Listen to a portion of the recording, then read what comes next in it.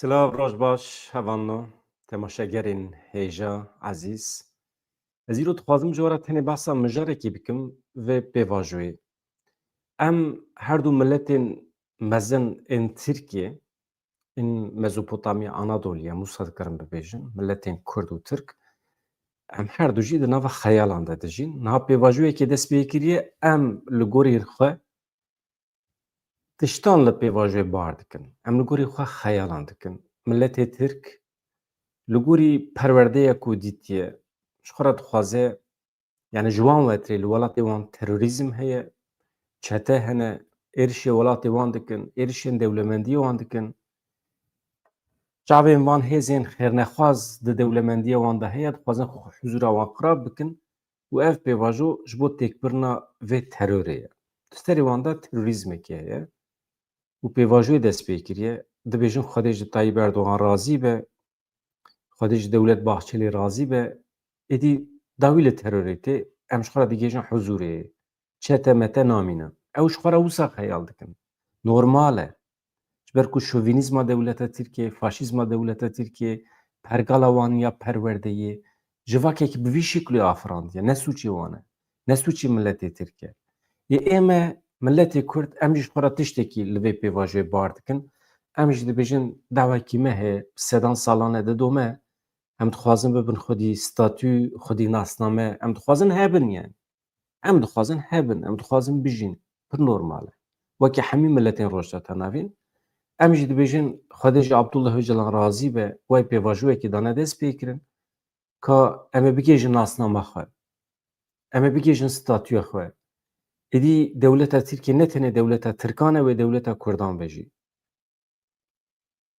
Êdî em ê wekî Kurd werin naskirin di qeda navnetewî de. Êdî em ê serwer bin li ser coğrafya xwe. Êdî di qedera xwe de em ê biryar bidin. Çi were serê me, çi nê serê me em ê biryar bidin. Êdî em nabin Çîna duyemîn, yani qademeya duyemîn de ninin. Em dibin hemolatiyên di rêza yekem de ê Tirkiye. Li her derê rojhata navîn em dibin milletek serbilind. Êdî wê kesekî behs neke nebêje Kurd milletê herî mezin yê bêdewlet. Em ji xwe re wisa xeyal dikin. Êdî em jî dixwazin wekî Kurd werin naskirin. Êdî dewa me em naxwazin derkevin çiyê, zarokê xwe bidin kuştin. Em naxwazin pêvê dozê kevin. Em jî dixwazin bi zanyariyê re, bi îlim re eleqedar bibin. Em jî dixwazin bi fezayê re eleqedar bibin. Em jî dixwazin bi pergala aboriyê re eleqedar bibin. Dewlemend bibin. Yani ji meseleyên siyasî êdî dûr kevin. Ji meseleyên nasnamê êdî dûr bikevin. Em jî dibêjin de hadî Xwedê ji Dewlet Bahçelî, Tayyip Erdogan û Abdullah Öcalan razî be, wan jî pêvajo daye dest pê kirin, wan mesela me ya nasnamê hel dikin. Em jî wekî milletê Kurd tiştekî wisa em lê bar dikin. Ka em binêrin. Çi qas rast e. Me got ev xeyalin di serê me de, lê AKP her carî carnan tê wisa çûyê xwe di xeyalê me re dike û tere. Xeyalê me sirûbin dike. Tecavûzê xeyalê me dike. Ji wextê rastî nebe jî hevano, xeyalek be jî kêfa me jê re tê. Qet nebe demborî be, em hinek kêfxweş dibin. Qet nebe psîkolojiya me sirûbin nabe. Qet nebe emrê ku ji me re hatiye veqetandin de divê emrê de em ji xwe re digêjin huzûrekî bi xeyalê xwe. Ama xeyalê me de jî nizanim çi dikin yani. Nailin em bijîn. Mesela heta demekî di xeyalê me de avakirineke Kurdistana serbixwe hebû, xeyala me bû yani, xweş bû yani. Xweş bû. Me ji xwe re dewletek çêkiribû di serê xwe de, Kurdistanekî serbixwe bû. Hinekî me dibûn bekçî, hinekî me dibûn mamoste, hinek ji me dibûn nizanim çi. Me ji xwe re Kurdistanek çêkiribû di serê xwe de. Yê çima pêdilîzî? Bile hebe, bila serê me de hebe. Mesela ê bawermendan, însanên îdealîst difikirin, bawermend, ew jî di serê xwe de xeyalekî çê dikin. Ew dibêjin piştî mirinê em ê cardin werin dünyayê, reenkarnasyon. Hinek dibêjin em ê biçin cinnetê, hinek dibêjin ew ê ku zulm li me kiriye ew ê biçe cehennemê. Ji xwe re wisa xeyal dike, ji xwe re jiyana wî wisa ye. Tu xeyala wî pîroz e, tu nikarî daxilê xeyala wê bibî û çûyê xwe tê rakî û sirûbin bikî, xirab bikî. Mesela bawer dike ku li ser milî wî meleket heye, li ser vê derî jî meleket heye. Şahedê hemî başiyê wî ye. Her cara ku başiyekî bike, pere bidete, alîkarî bidete, ji wî ve tirê ew melek wê binivîsîne defterê de li dunya din ew ê başî were jêra. Xeyala wî ye. Bila wisa bijî, bila xweş bijî, bila aram bijî.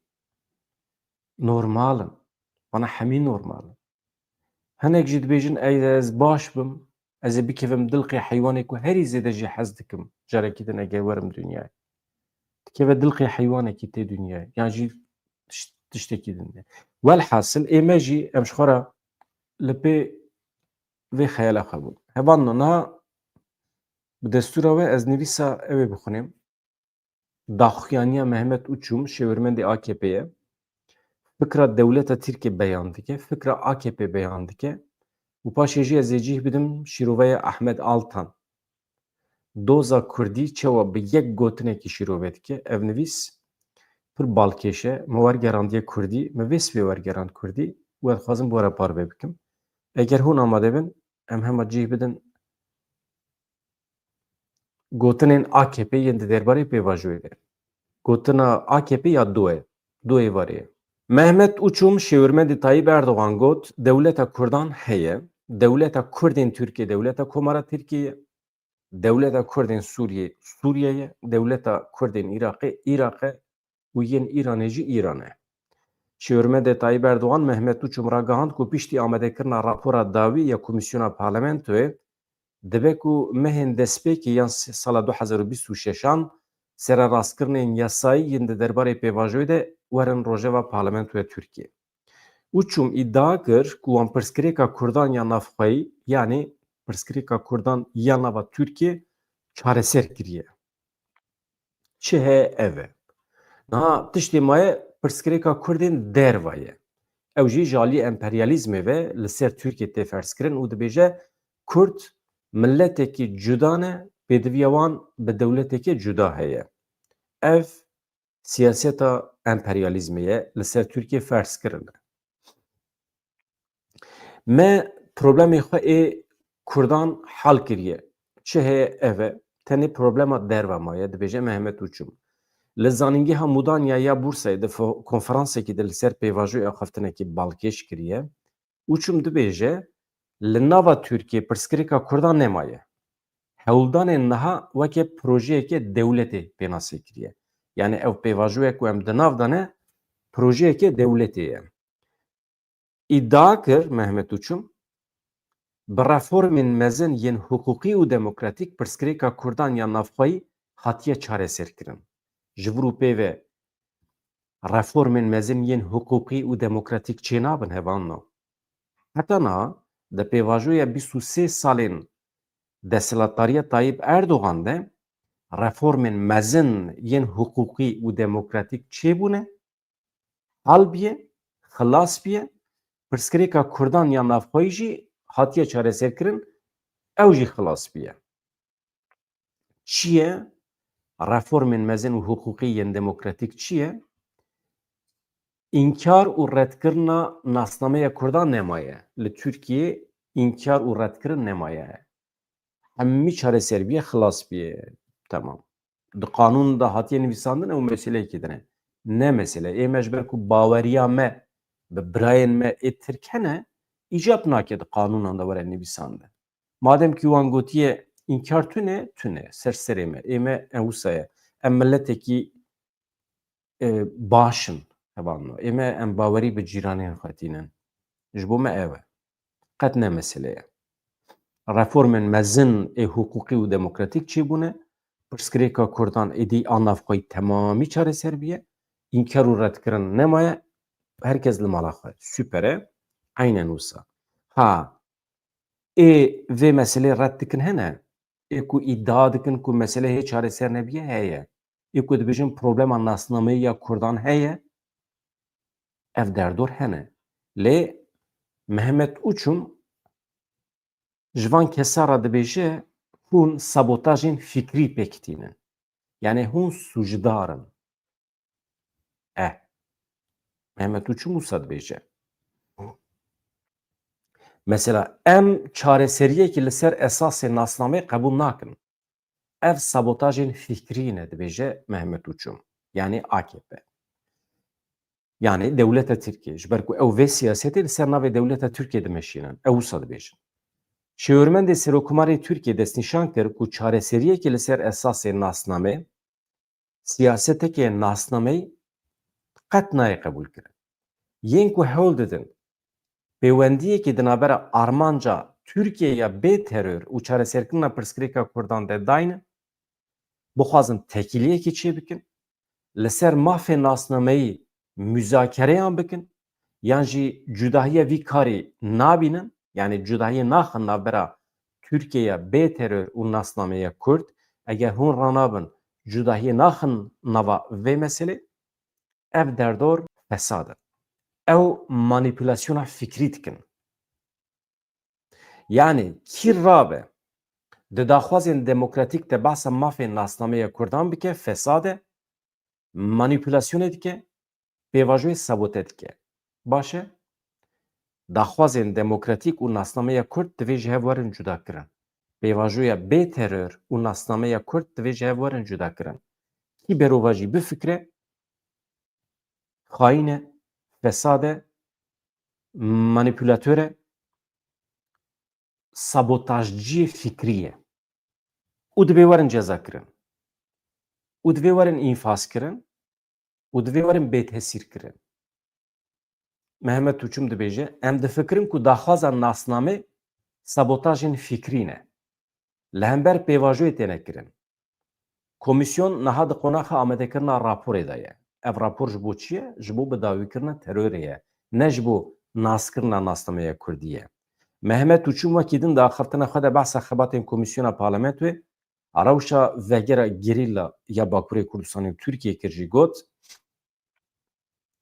gelo divê ji bo hemû endamên rêxistinê heman statû were diyarkirin.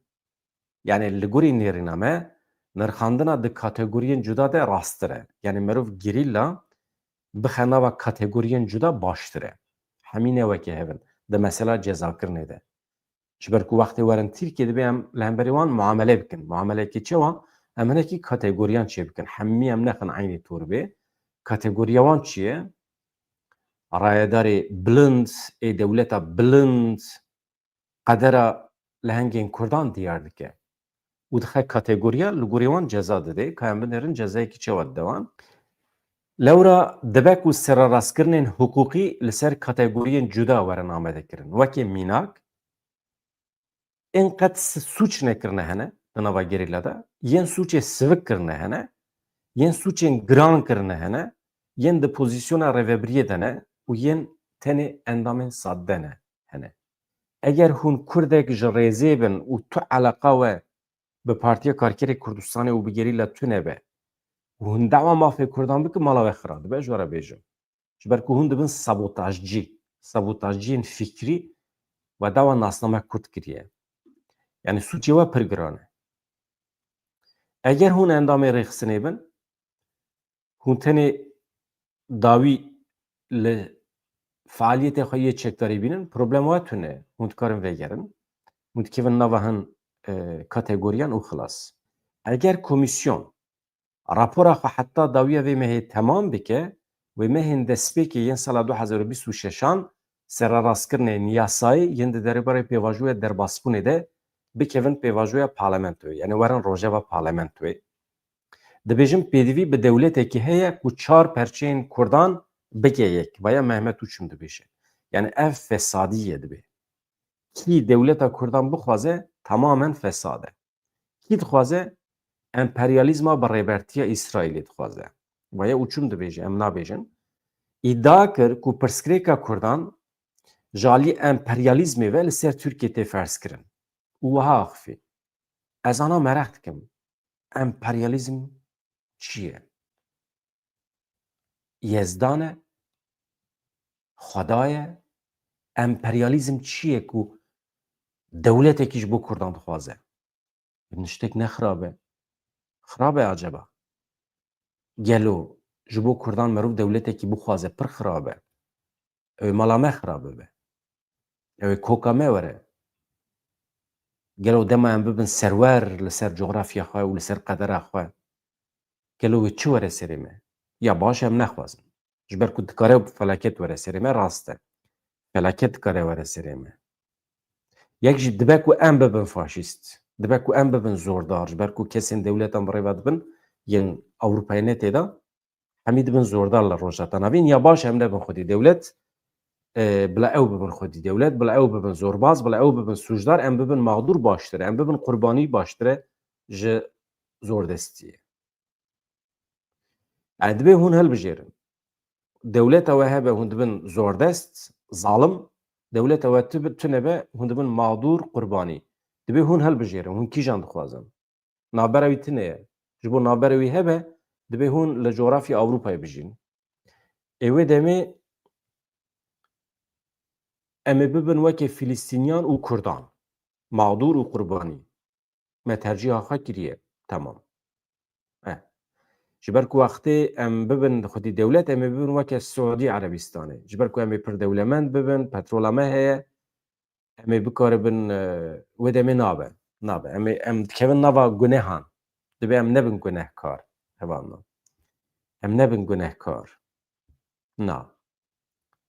Mirov mağdur û qurbanî be baştir e. Ez dibêjim qey. Pirsgirêka Kurdan ji alî emperyalîzmê ve li ser Tirkiye tê ferskirin. Dibêjin Kurd milletekî cuda ye.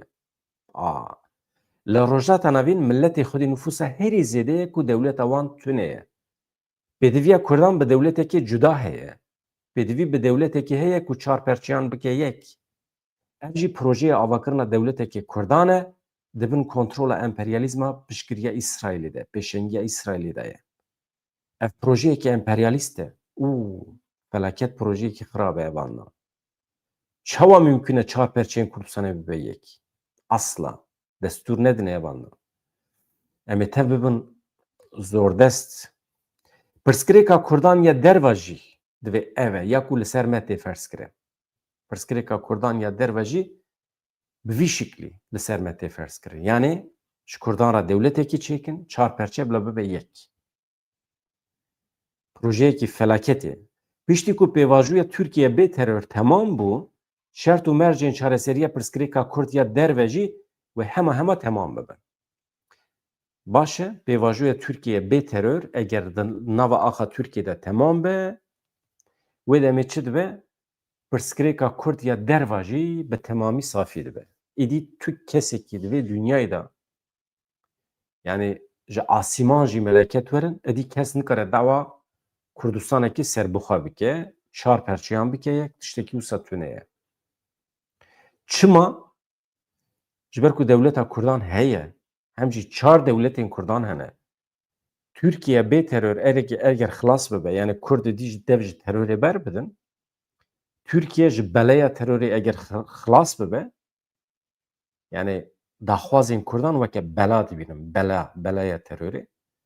Ferskirinên di derbarê pirsgirêka Kurdan ya derve de jî wê bawekî berbiçav kêm bibe. Pirsgirêka Kurdan ya derve jî wê çareser bibe. Ji ber ku dewleta Kurdan, Kurdên Tirkiyeyê, Kurdên Iraqê, Kurdên Sûriyeyê, Kurdên Îranê jî Îranê. Baş e çar dewletê we hene evanna. Hûn dewlemendin. Bes e ji were. Hûn dawa çi dikin ya? Jap nake yani. Di mijara entegrasyona û yekbûna bi dewletan re ew pirsgirêkê wan û welatan bixwe ye. Yani entegrasyon û bi wan dewleta re bibin yek. Elbet Tirkiye yekbûna axa wan welatan esas digire. Piştgirî dide ji bo Kurdên herêmê bi dewletê xwe re bibin yek. Mala te ava dewleta Tirkiye. Heqeten em minnetdarên Tirkiye ne. Pir alîkarî dide me ji bo em wan dewletê xwe re bibin yek. Yani ez nizanim çima Başûrê Kurdistanê heye. Acîlen divê dawî li hebûna xwe ya federatîv bîne û bi Iraqê re bibe yek. Yani bi vî şiklî nabe. Duwarê Kurdên Tirkiyeyê jî pênasiya dewletekî cuda, milletekî cuda tune ye. Dewleta Komara Tirkiye, dewleta netewî a Kurdan jî ev mesele qediya. Mehmet Ûçûn bi vî şiklî dawî li gotinê xwe tîne. Baş e. Niha ez cî didim axaftina Ahmed Altan. hevanna. Ahmed Altan yek ji nivîskarên Tirkiyeyê ku ez pir jê hez dikim. Pir zû ye nas dikim, teqîb dikim. Hema kîjan pirtûkê wî derkeve ez dixwînim muheqqiq. Demekî di zindanê de ma. û bavê wî Tirk e, diya wî dibêjin ji Kerkûkê ye. Kurd e, Türkmen e nizanim ama muheqqiq Kurd e. Ji ber ku xwîna Kurdan tê de heye, mirov zane. İnsanekî esilzade ye. Mehmed Altan birayê wî, ew jî ekonomîst e. Her du jî însanê baş in. Bavê wan jî baş bû Çetin Altan.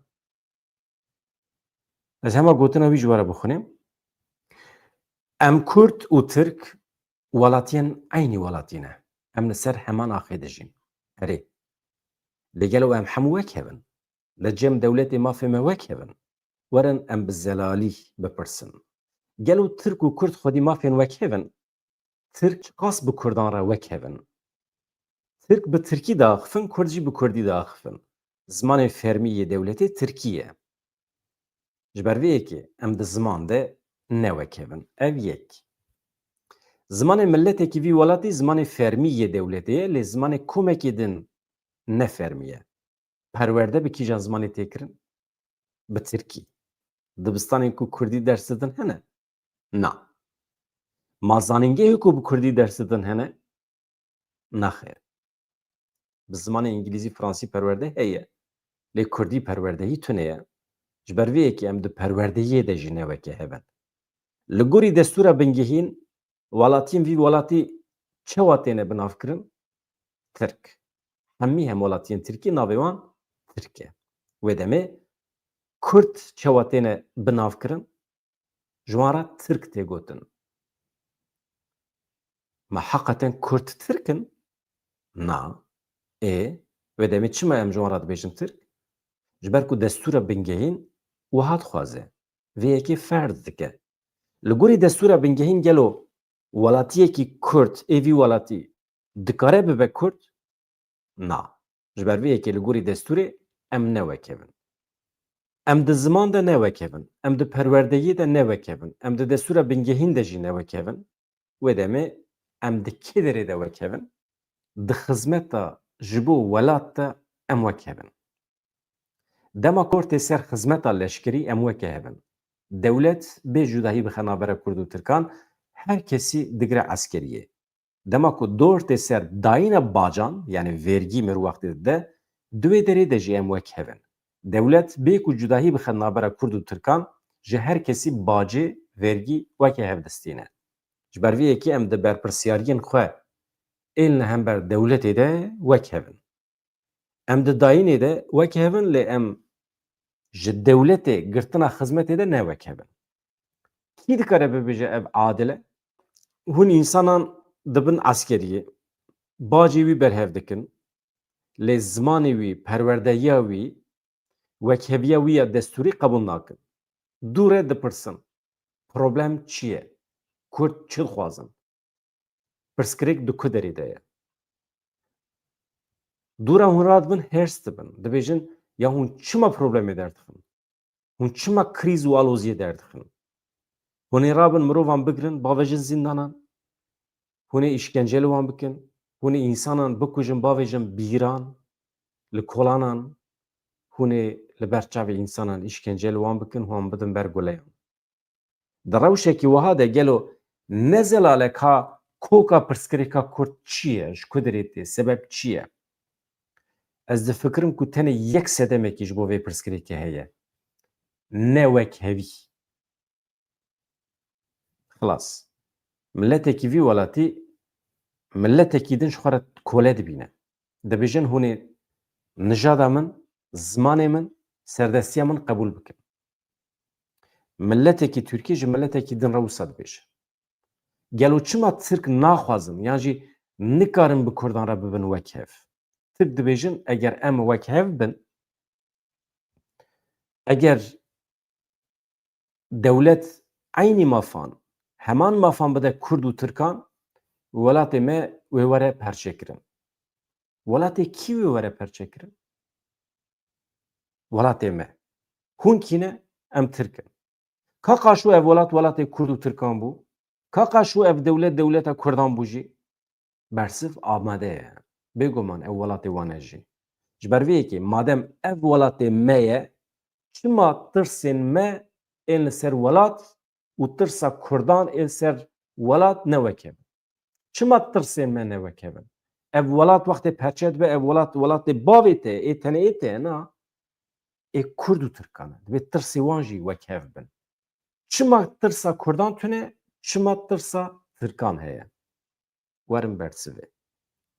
Madem em Kurd û Tirk bi hev re şirîkî vî welatî ne, çima em tirsê xwe bi hev re parva nakin? Tirk ditirsin ji ber ku ew dizanin ew bi Kurdan re wek hev tev nagerin. Ew zanin ew adîl tev nagerin. Tirk ji xwe re Kurdan wekî dîl, wekî kolê dibînin. Tirsa Tirkan ew e ku pergala koletiyê ev serdestiya wan bi dawî bibe dema ku wekevî çê bibe.